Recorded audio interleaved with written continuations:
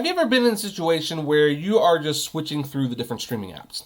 You decide to watch a little bit of Hulu, then you decide to watch a little bit of Netflix, and maybe a little Disney Plus, and then you decided, just for the heck of it, you're going to watch some old World War II documentary on Amazon Prime Video. But you notice that the Amazon Prime Video stream is actually rather poor for a little while until it gets better.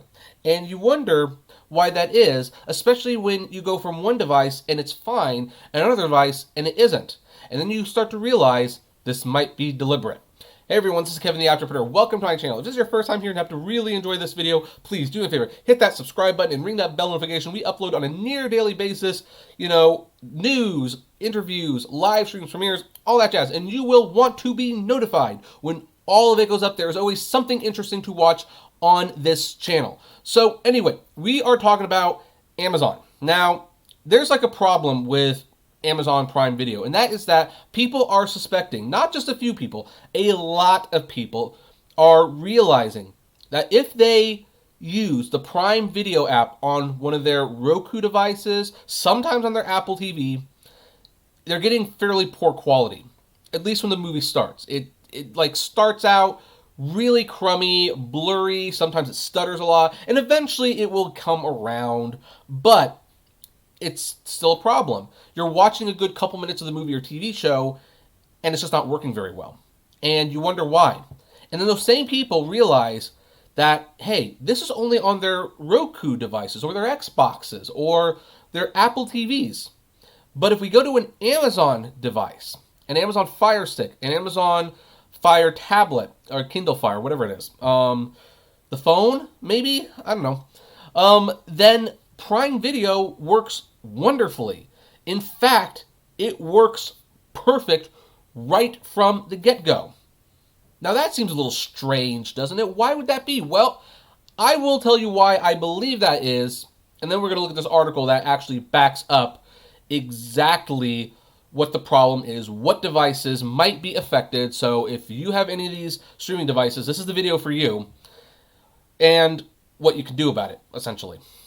Which isn't much, to be honest. But I believe this is happening because Amazon wants to take over the world.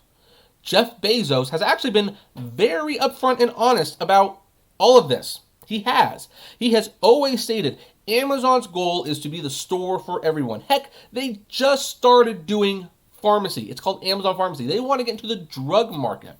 They want to control every aspect of your life. Prime Video is just one of those things. Now, most people have Prime Video by default.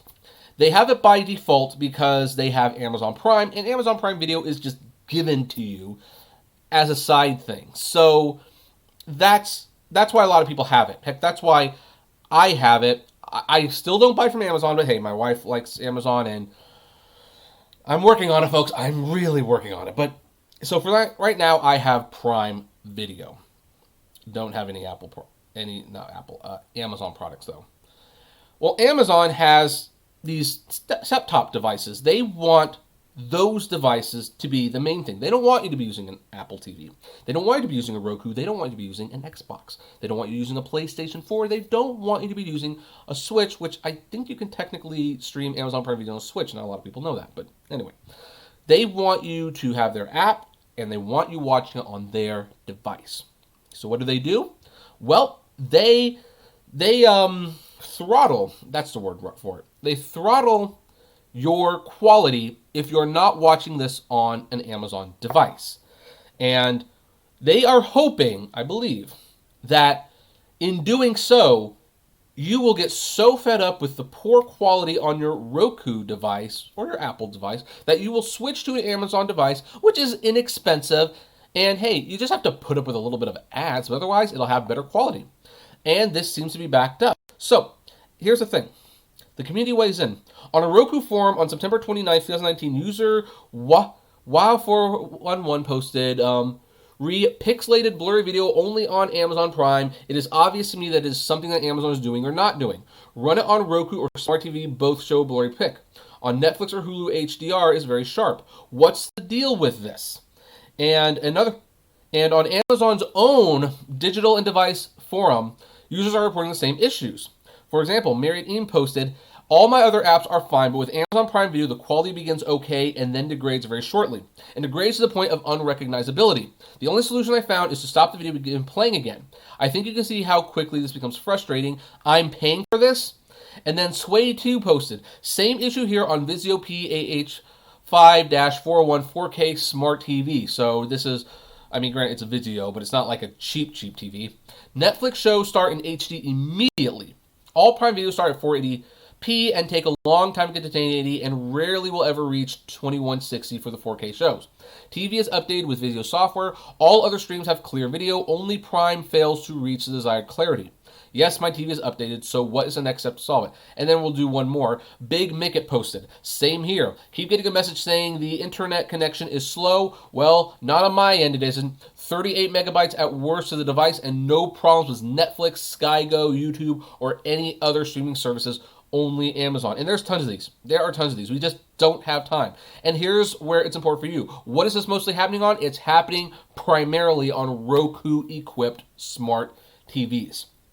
So, aside from the Roku boxes, if you have the TCL Roku TV, the Insignia Roku TV, the Sharp Roku TV, the Hisense Roku TV, the Hitachi Roku TV, the RCA Roku TV, the Philips Roku TV, the Element Roku TV, or the JVC Roku TV, you are going to be having throttling problems. Now, some of you might be wondering, it seems like they're singling out Roku. Why would that be? Well, here's something you might not know. Roku, in fact, I should have brought this up, has had a very good stock year. Very good stock year. Their stock has gone up 300% in the last year. Like, look, this is insane growth. This is insane growth. In 2018, it was around the $60 to $30 mark. Kind of depends what time of the year. In 2019, guess what? It got as high as $170. This is Roku's secret weapon. By not focusing on content, they've actually become like the RC Cola of set-top devices. Now let me explain if you don't know what that means. There's the Cola Wars. There have been for a long time, and that's between Pepsi and Coca-Cola. And Pepsi and Coca-Cola do a lot of crazy things. New flavors, a lot of marketing, a lot of advertising. And yet the most successful out of all the soda companies is RC Cola because they don't spend a dime on advertising. They look at the flavors that are most popular, they make them, they put them in stores, and they are cheaper than Pepsi and Coca-Cola. The budget-minded person will look at the RC Cola, realize they can get a lot more for a lot less, and it tastes fairly similar, and they buy it. And RC Cola never has to spend any money on advertisers. They just let Coca-Cola and Pepsi duke it out as long as they want. That's what Roku does. Roku, to my knowledge, does not spend a lot of money on advertising. They don't. They don't make their own content. They don't have their own shows. They do have a Roku channel where they get like public domain stuff and everything like that, but otherwise they're not spending money on content. They aren't. They are just delivering the apps. And hey, here's the thing. When you go to Apple TV and see that it costs like $150 and the Roku one costs $50, yeah, you're going to go with the Roku if you're budget-minded and you don't want to pay the the Apple tax. Sorry, slip of the tongue right there. And as a result, Roku has been well compensated. Well, this is not what Amazon wants. Amazon, again, they want you to use their app. They want you to use it on their device. Now, for record, or just for the record, I should say, and Amazon has response to these complaints. They recommend either restarting your device, ensure that your device or web browser has the latest updates, ensure any external devices connected to your TV or displays using HDMI cable is compatible with HDCP 1.4 for HD content and HDCP 2.2 for Ultra HD and or HDR content. You can pause all other internet activity, which, by the way, is kind of a good idea for any service in all fairness, especially if other devices are using the network at the same time. You can check your internet connection. If you are attempting to control the device using Alexa, try to unpair and repair the device. Disable any VPN or proxy servers. I mean, in most of these complaints, none of these are the issues. So Amazon's deflecting. By the way, here's what's really nice. Cool. Netflix and Roku share a building, and Netflix has actually invested $6 million into the company. So that shows where Netflix is on that. So anyway, here's the Roku and the Fire devices and how they compare.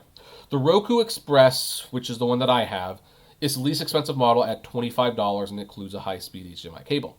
Then you have the Roku Premier at $39.99, which allows 4K and HDR. You have the Streaming Stick Plus, which is $49.99, and it can be used for 4K and HDR TVs, and has 4 times the wireless range and includes a voice remote with a TV. And then you have the Roku Ultra, which is the best streaming device and priced at $100. It includes fast channel launch, lost remote finder, and an enhanced voice remote with personal shortcut buttons. Now, the cheap Amazon device will cost $35, which has the Alexa voice remote in HD. So it's more expensive than the Roku Express. However, it's a little cheaper than the Roku Premier. Then you have the Fire Stick 4K with Alexa built in. That's about the same price as the Roku Streaming Stick Plus. And then the Fire TV Cube hands-free with Alexa built in. That is $120, which is $20 more than Roku Ultra, which is their biggest thing. So the prices, for the most part, tend to be in Roku's favor in this, and Amazon doesn't like that. But I don't think Amazon wants to change that. Also, another reason Amazon wants to have you watching their content on their devices is that they are going to start selling advertising on those devices. I actually don't think I reported on this. I think I just forgot to. But Amazon does want to put ads not only on the Fire device, but they want to put the ads on other apps from other companies. So they need to have like a huge install base for that to even be able to have the leverage to make that sort of demand. And Roku is screwing with that. So what's Amazon doing? Well, they are supposedly just throttling the service. They're choking the quality because they want you to get fed up and spend $35 on an Amazon Fire TV stick. Not going to happen, Amazon. Not going to fall for it.